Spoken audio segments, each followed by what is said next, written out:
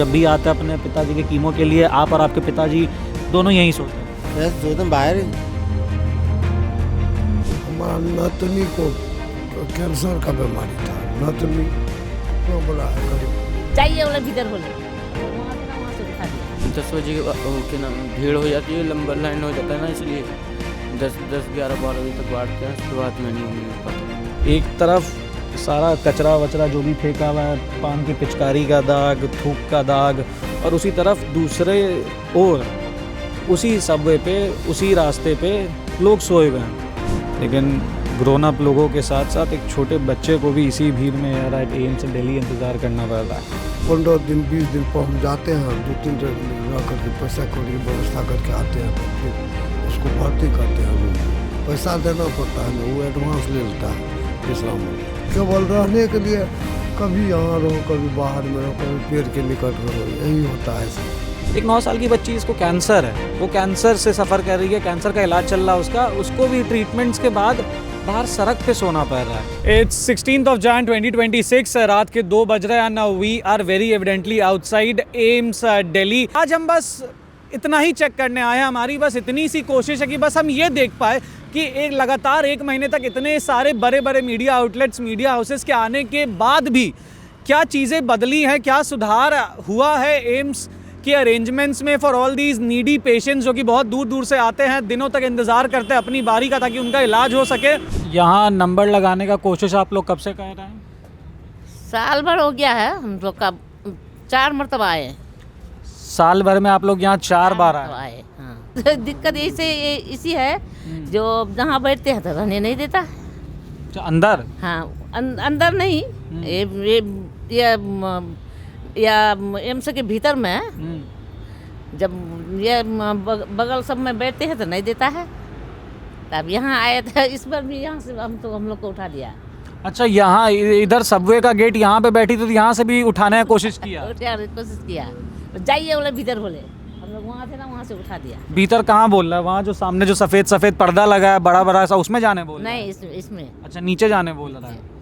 अच्छा, और अंदर क्यों नहीं, भीतर क्यों नहीं, उधर हॉस्पिटल के भीतर वहाँ क्यों नहीं बैठने दे रहा है? नहीं देने रहा।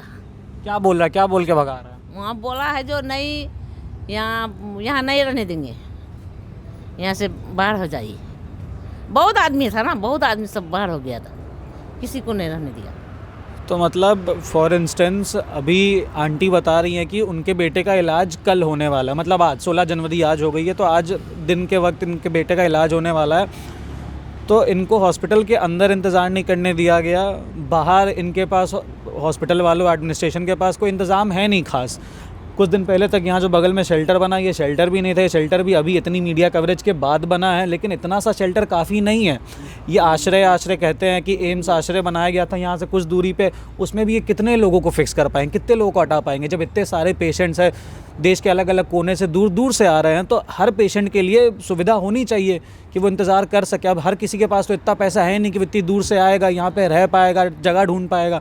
एक छोटा बच्चा शायद 1 साल का या 6 महीने का, इस भीड़ में जहाँ पे लोग इंतज़ार कर रहे हैं, पेशेंट्स, रिलेटिव्स, इसी ठंड में रात के 3, साढ़े 3 बजे एक छोटा सा बच्चा भी है। लेकिन ग्रोन अप लोगों के साथ साथ एक छोटे बच्चे को भी इसी भीड़ में यार एम्स दिल्ली इंतज़ार करना पड़ रहा है। अब ये जो सबवे, जिस सबवे की मैं बात कर रहा था, जिस सबवे में सारे पेशेंट सफदरजंग और एम्स हॉस्पिटल वाले इंतज़ार करते हैं, मैं चाहूँगा मेरे कैमरा पर्सन को कि वो एक बार इन सीढ़ियों पे कैमरा ले जाए, इन सीढ़ियों को दिखाए आपको कि ये सबवे लोग नॉर्मली शायद रोड क्रॉस करने के लिए भी यूज़ करते हैं, और इन्हीं सबवेज़ पे लोग थूकते हैं। यहीं पे पान के थूक के दाग दिख जाएंगे आपको, और इसी सबवे में लोगों को भी इंतज़ार करना पड़ता है, क्योंकि कोई स्पेसिफिक ज़्यादा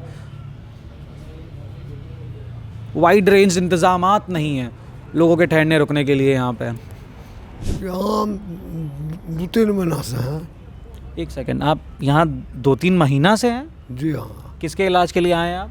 हमारा नातनी को कैंसर का बीमारी था। नातनी इतना बड़ा है, करीब 9 साल 10 साल का, गला फूल रहा था, तो बिहार में उसका इलाज नहीं हुआ। हम बिहार के रहने वाले हैं, मधेपुरा डिस्ट्रिक्ट के।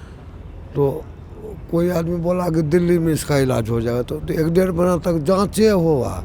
इसके बाद केमो लगाया 11 तारीख को, अगले महीना में, फिर 13 तारीख को, फिर इस बीच में लगा तो उसको गला का बहुत आराम है। केवल रहने के लिए कभी यहाँ रहो, कभी बाहर में रहो, कभी पेड़ के निकट रहो, यही होता है सर। किराए पर आप कह रहे हैं कि आपकी नातिन के कैंसर का इलाज चल रहा है और वो यहाँ पे बाहर कहीं किराए पे रह रही हैं। जी हाँ, तो उसमें केवल 15 दिन रहने देता है, इसके बाद बाहर कर देता है। ऐसा 2-3 बार रूम लिया गया, विश्राम सदन बोलता है उसको, फिर 15 दिन रख करके उसको बाहर कर देता है। लेकिन फिर डॉक्टर से लिखवा करके उसका 15 दिन का पैसा पेमेंट कर देने के बाद फिर उसमें भर्ती रहता है, तब तक बाहर में भटकना पड़ता है। ये 15 दिन का जो पेमेंट होता है ये कौन करता है?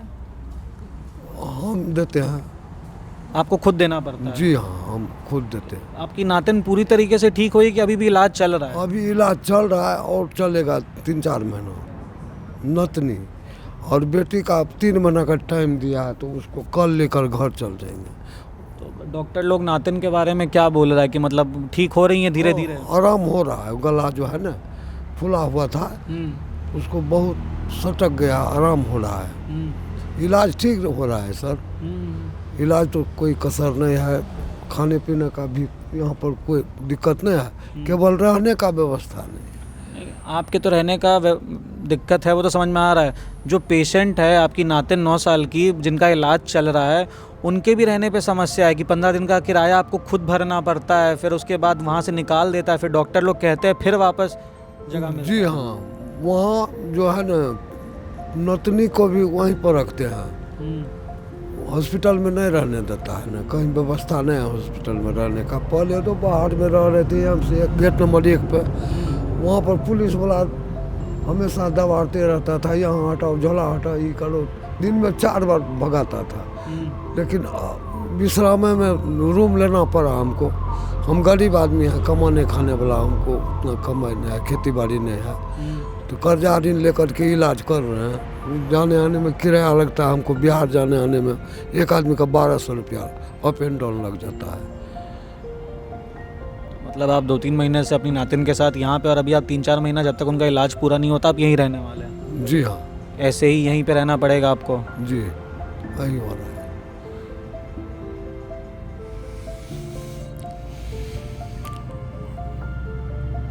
इन्होंने बताया कि इनकी नातिन 9 साल की, वो कैंसर से जूझ रही हैं, उनका इलाज चल रहा है, ऑनगोइंग इलाज है। डॉक्टर ने बोला कि 6 महीने तक का इलाज चलेगा, अभी 3-4 महीने और बाकी है। जी हाँ, 3-4 महीना और बाकी है। बोला पूरा हो जाएगा 3-4 महीना में, तो उतना दिन रहना पड़ेगा ना। तो डॉक्टरों ने बोला कि 3-4 महीने का इलाज और बाकी है, 2-3 महीने से चल रहा है, 6 महीने का टोटल जो था इलाज चल रहा होगा, 3 महीने 4 महीने बाकी है। लेकिन हॉस्पिटल में इनफ बेड्स नहीं है। A 9-year-old kid, एक 9 साल की बच्ची who's suffering from cancer, उसका ट्रीटमेंट चल रहा है ऑन एंड ऑफ, लेकिन बेड्स नहीं है उनके रहने के लिए भी। तो सर को जो है बगल में विश्राम सदन में रूम लेना पड़ता है खुद के किराए पे, ताकि उनकी नातिन वहाँ रह सके, जहाँ से भी बार बार भगाया जाता। बीच में इन्होंने कहा कि गेट नंबर 1 पे अपनी नातिन के साथ रहते थे। गेट नंबर 1 पे, गेट नंबर 1 पे नतनी बेटी सब रहते थे, हम भी साइड में रहते थे, वहाँ सोते थे। फिर पैसा घट जाता है, फिर जाते हैं हम घर लाने के लिए। और फिर नातिन बेटी तब कहाँ रहती थी? फिर वैसे रहती थी वहीं पे गेट नंबर 1 पर, बाहर में रह रहा था पेड़ के निकट। तो फिर हम घर से आते हैं, 15 दिन 20 दिन पर हम जाते हैं, 2-3 दिन रह करके पैसा कौड़ी की व्यवस्था करके आते हैं। तो फिर उसको भर्ती करते हैं रूम में, पैसा देना पड़ता है ना, वो एडवांस ले लेता है विश्राम वाला। यार यहाँ पे अभी तक जितनी भी मीडिया कवरेजेस हुई, लोग इस बात के लिए आवाज़ उठा रहे थे कि पेशेंट्स को, पेशेंट्स के रिश्तेदारों को बाहर बैठना पड़ता है, ठंड में जगह नहीं है, फैसिलिटीज़ नहीं है। लेकिन यहाँ पे एक नई चीज़ पता चली कि जिन पेशेंट्स का ऑनगोइंग इलाज चल रहा है, उन पेशेंट्स को भी ट्रीटमेंट्स के बीच में उनके पास भी कोई रहने को जगह नहीं है। हॉस्पिटल्स परमानेंट बेड्स नहीं दे रहे उनको। एक 9 साल की बच्ची, इसको कैंसर है, वो कैंसर से सफ़र कर रही है, कैंसर का इलाज चल रहा है उसका, उसको भी ट्रीटमेंट्स के बाद बाहर सड़क पे सोना पड़ रहा है।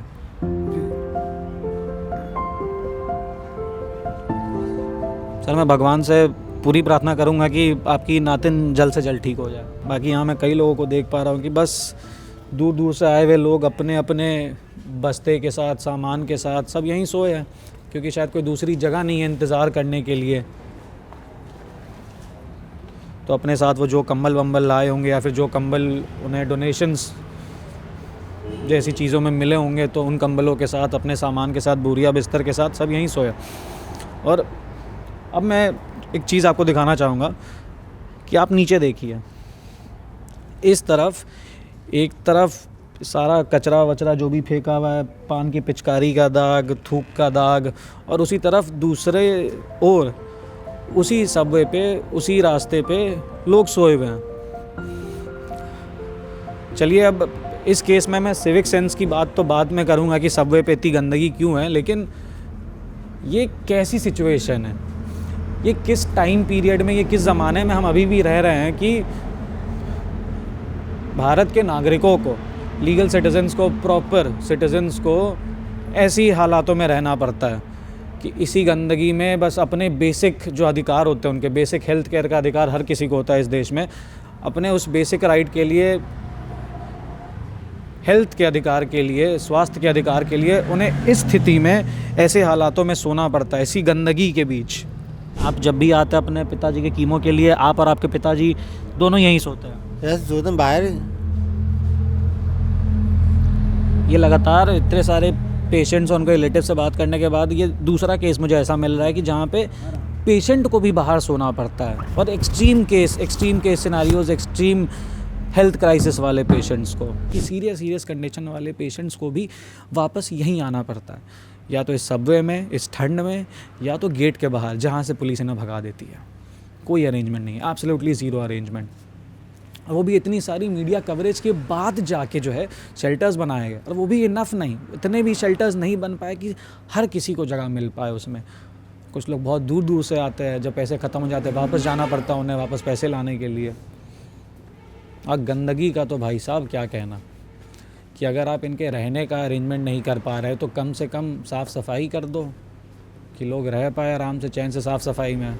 जो होता है बेसिक राइट्स के साथ, अम्यूनिटीज़ के साथ अगर आप पले बड़े हुए हैं, या ग्रोन अप, तो कुछ चीज़ें देख के you just break as a human being. For instance, I will show you this. यहाँ पे कचरा है, डस्टबिन है, दुनिया भर का कचरा है, और इसी के पीछे एक इंसान सोए हुए हैं, इंतज़ार कर रहे हैं for some reason. He is woken up, तो I will try to talk to him.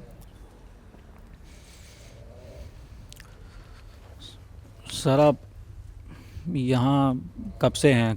कितने समय हो गया आपको यहाँ इंतज़ार करते हुए? मुझे 15 महीना हो गए। 15 महीना से आप यहीं सोते हैं? हाँ। ऐसे कचरे के डिब्बे के बगल में सोते हुए कोई दिक्कत नहीं होता आपको? अब दिक्कत होती है, जनता इतनी सोती है, खाना लेती यहीं डाल देती। अभी जहाँ मैं खड़ा हूँ is unfortunately the infamous spot, the infamous frame, जो आपने अभी तक सारे मीडिया हाउसेस की कवरेज में देखा होगा। जब भी वो एम्स दिल्ली आए होंगे और उन्होंने कवर किया होगा कैसे लोग यहाँ पे ठंड में, भरी रात भरी ठंड में बाहर लेटते हैं, बाहर सोते हैं, इंतज़ार में, बस इस इंतज़ार में कि उनका एम्स दिल्ली में बढ़िया से बढ़िया इलाज हो जाए। अब ये जो आप मेरे बगल में सफ़ेद देख पा रहे हैं, these are the night shelters जो दिल्ली सरकार ने फाइनली बना दी है। अभी से लास्ट 4-5 दिन पहले मैं रेकी पे आया था बस रात को देखने के लिए कि माहौल कैसा है, क्योंकि उसके पहले भी 4-5 कवरेज हो चुकी थी बड़े मीडिया हाउसेस की। तब तक ये शेल्टर यहाँ पे नहीं था, और यहाँ पे बहुत सारे लोग बाहर अपने लगेज के साथ, जो दूर से आए हुए होते थे, वो बाहर अपने लगेज के साथ आते थे, यहीं पे बाहर इंतज़ार करते थे, लेटते थे। लेकिन अभी यहाँ शेल्टर बन गया तो चलिए ठीक है, बढ़िया बात है। Kudos to the government for this कि उन्होंने फाइनली यहाँ पे शेल्टर बनवा दिया, जो कि बहुत सारी मीडिया रिपोर्ट्स के बाद, मीडिया कवरेज के बाद यहाँ बना है। लेकिन अभी भी where the problem lies is the subway behind me। अब ये जो सबवे मेरे पीछे है, this Subway connects both the hospitals. Road के उस पार सफदरजंग हॉस्पिटल है, तो सबवे के उस पार जो है सफदरजंग हॉस्पिटल है, और इस तरफ एम्स दिल्ली है। और दोनों हॉस्पिटल के जो पेशेंट्स इतने दूर से आके इंतज़ार कर रहे हैं ठंड के मौसम में, ठंड में बिना किसी विंटर गियर के, बिना किसी ज़्यादा सेफ्टी गियर के, बिना किसी कंफर्टिंग चीज़ के जो ठंड में नॉर्मली लगती है, वो सभी इसी सबवे के अंदर सोते हैं इस ठंड में, बस अपनी इंतज़ार में, अपने टर्न आने के इंतज़ार में कि उन्हें फाइनली मौका मिलेगा इलाज का एट एम्स दिल्ली। से कभी किसी स्कीम का नाम सुना है कि आयुष्मान कार्ड होता है जिससे 5 लाख तक का बीमा मिल जाता है हॉस्पिटल सब में? आयुष्मान कार्ड का नहीं पता आपको? तो 3 दिन से आप यहाँ डेली सुबह 4 बजे लाइन में लग जाते हैं। हाँ, अभी यहाँ पर कंबल अम्बल रखे थे, वो कोई ले गया उठा के।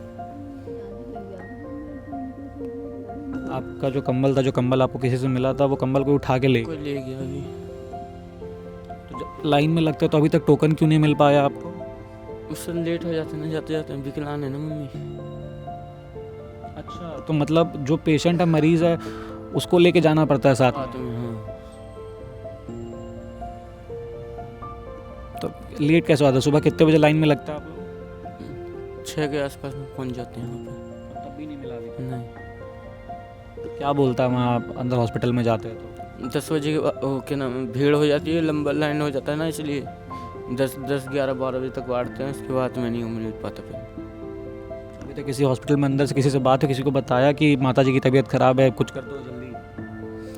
नहीं लगवाते ना लाइन में, फिर जल्दी आगे। जितना ज़्यादा आपके लिए अभी ये विजुअल डिस्कम्फर्टिंग है, उससे कई ज़्यादा देश के हेल्थ केयर के हालात डिस्कम्फर्टिंग है। अभी after spending almost 2 hours here at AIIMS Delhi and talking to people who have come here for treatment, अपने रिश्तेदारों के साथ जिनके पास अभी रहने के लिए कोई सही से ना जगह है, ना फैसिलिटीज़ है, उनको इस कचरे में ऐसे कीड़े मकोड़ों की तरह, चींटियों की तरह यहाँ पे रहना पड़ता है। बहुत सारे सवाल मेरे मन में उठ रहे हैं फ़िलहाल कि हेल्थ केयर के हालात ऐसे क्यों हैं, कि रिलेटिव्स तो रिलेटिव्स, जो पेशेंट्स भी यहाँ पे इलाज करवाने आए हैं, जो ऑनगोइंग पेशेंट्स, ऑनगोइंग ट्रीटमेंट चल रही है उनके बीच में कुछ ब्रेक के बाद, उन पेशेंट्स को भी इन्हीं हालातों में या तो सबवे में रहना पड़ता है, या तो गेट के बाहर सड़क पे जहाँ से भी उन्हें भगा दिया जाता है, उनके पास रहने को जगह नहीं है। हाँ, सरकार अपनी तरफ से कोशिश कर रहा होगा, शेल्टर्स बना रहा है, लेकिन वो शेल्टर्स भी इनफ नहीं है। इतने शेल्टर्स नहीं है कि हर एक इंसान जो यहाँ आया ट्रीटमेंट के लिए, या फिर जो रिश्तेदार उनके साथ आया, कि उन सबको फिट कर सकें। तो शायद और कोशिशों की ज़रूरत है। एक तरफ we dream of becoming world's largest economy, एक तरफ we dream of hitting the jackpot numbers of GDP, लेकिन वहीं primary the basic roots, basics ही ठीक नहीं है यार। बेसिक नेसेसिटीज़ नहीं है, बेसिक अम्यूनिटीज़ नहीं है, बेसिक हेल्थ केयर के हालात इतने ख़राब है, बेसिक एजुकेशन के हालात इतने ख़राब है। So that is something that we as citizens and the people watching this right now in power need to think about and need to take actions. कि कुछ करने की ज़रूरत है, ठोस कदम उठाने की ज़रूरत है। बाकी ऐसी और ग्राउंड रिपोर्ट्स, न्यूज़ इनसाइट्स के लिए make sure to like, follow and subscribe the edge originals. This is Mrinal Kumar signing out with video journalist Anubhav Ashish Arya.